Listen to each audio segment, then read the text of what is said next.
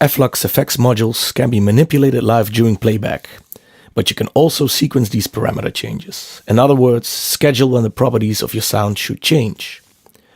This module automation is also written into the track list and can be defined and executed simultaneously with a note instruction. You can also create an automation at any slot in the track list. You don't need to specify a note instruction at all. The automation will automatically apply to the instrument of the last instruction of the track list. While initially this process might seem cumbersome, once you are accustomed to the workflow and have familiarized yourself with the keyboard shortcuts, you should be able to create these with the greatest of ease.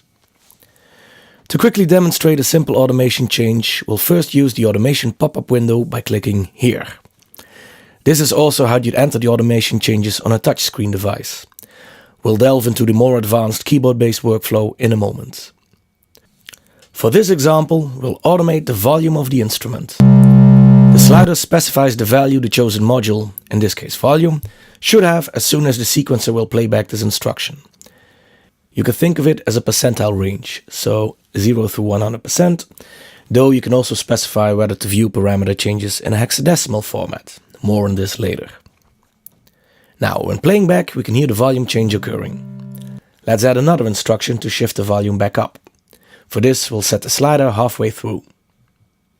Now let's copy paste this a few times so we can hear a repeated stuttering type sound.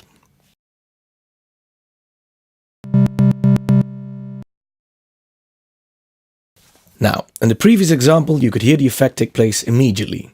However, it can be nice if changes happen more smoothly. In other words, slowly change from the module's current value to the specified target value. For this, you can specify to use glide in your parameter change. By quickly specifying that all our changes should glide, and quickly copy pasting this again, we can hear the result is moving between the specified values. So it's smoothly going back and forth. The speed of the glide is synchronized to the tempo. Depending on your pattern's resolution, you can relate this to a musical subdivision. We are currently working within a 16-step pattern, so each glide lasts for a 16th note in length. In case you are interested in automating an effect that should last for longer than a single step, you'll be glad to know that there is a utility to automate this transition. Let's say we want to automate a pitch change. At the start of this note, we set this upwards pitch shift value to 0, so the note will remain at the current pitch. Now let's say we want to slowly glide this to a 100% upwards shift, which translates to an octave. By the end of this measure, this note should have shifted 1 octave up in its pitch. Now you can select the step anywhere between these two module definitions. When clicking the automation icon on the left-hand side or pressing Ctrl-G or Command-G, the application will automatically calculate all values that should be defined to slowly animate from the first defined value to the last defined value. Glide will be applied automatically. Note that for this to work, the first and last effect automation between the selected step position should be for the same effect. So in other words, targeting the same module. For the fastest results, it is worthwhile to invest some time in memorizing the keyboard shortcuts and using your computer's keyboard to create automations. You can write an effect automation by using the left and right arrow keys to switch columns within your current track list. The first column specifies the note, and you can consult a tutorial on how to enter notes for more information. The second column specifies the instrument playing back the note. You can type any numerical value in the 0 to 7 range to switch the instrument. The third column is the one we're interested in. This specifies the effect parameter to automate, while the fourth and the last column specifies the target value of said effect. By typing the first letter of a parameter name, you can quickly jump to the first parameter which name starts with that letter.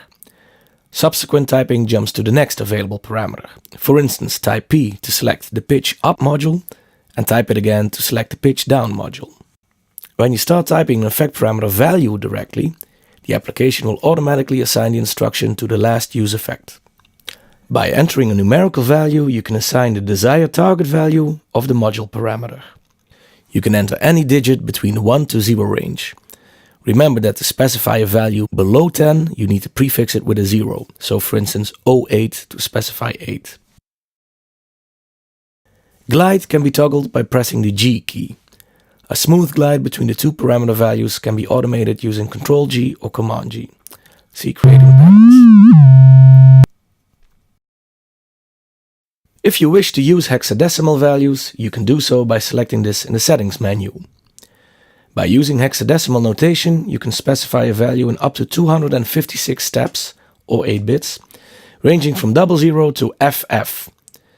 When using percentages, the total range is the same, but the steps will be at a lower resolution, so for a total of 100 steps in the 0 to 99 range. Note that you can switch between percentile or hexadecimal notation at any given time without any loss of instructions.